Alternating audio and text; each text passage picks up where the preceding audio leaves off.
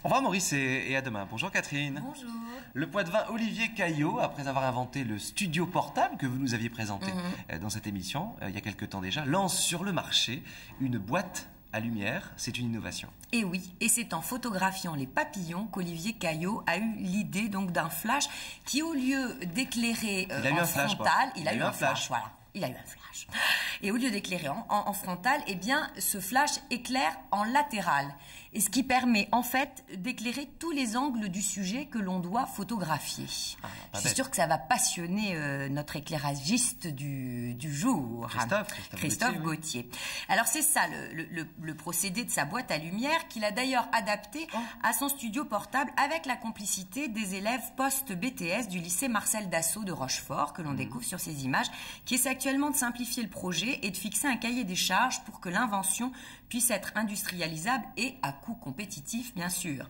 Sous sa forme actuelle, le studio portable comporte, comme tout appareil photo, vous l'avez vu, un boîtier, mais il est emboîté, ce boîtier, dans un cadre qui comporte lui-même un axe autour duquel tournent 3 bras articulés. On va le revoir tout à l'heure. C'est un kit, en fait. Voilà. Chaque bras est terminé par un flash qui est équipé d'une boîte à lumière. Il paraît que vous avez eu ce matin un flash au bout des doigts. Oh, arrêtez.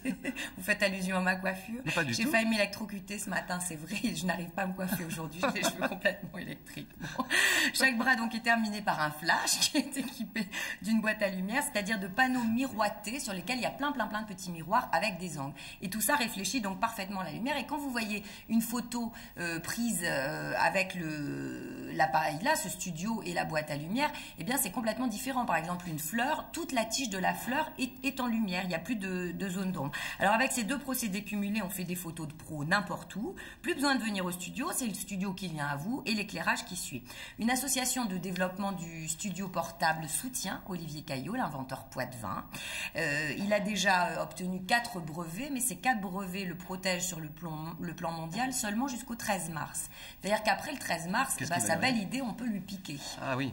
Donc, il recherche actuellement des partenaires financiers, également des privés, comme vous et moi, des gens qui le soutiennent, parce que ça serait dommage que cette invention-là tombe à l'eau et qu'il puisse se la faire voler dans un coin du monde. Il y a urgence. Il y a urgence, d'autant que de nombreux spécialistes de la photo, des leaders sur le marché actuellement, s'intéressent de très près à ce procédé. Mais pour l'instant, ils ne veulent pas mettre de billes. L'innovation est donc Poitevin, on le félicite, et puis on espère que ça va marcher, grâce notamment à votre intervention du jour. Je l'espère aussi. Moi, j'apprécie votre coiffure. Puis je voulais vous dire que j'ai eu l'occasion de vous regarder.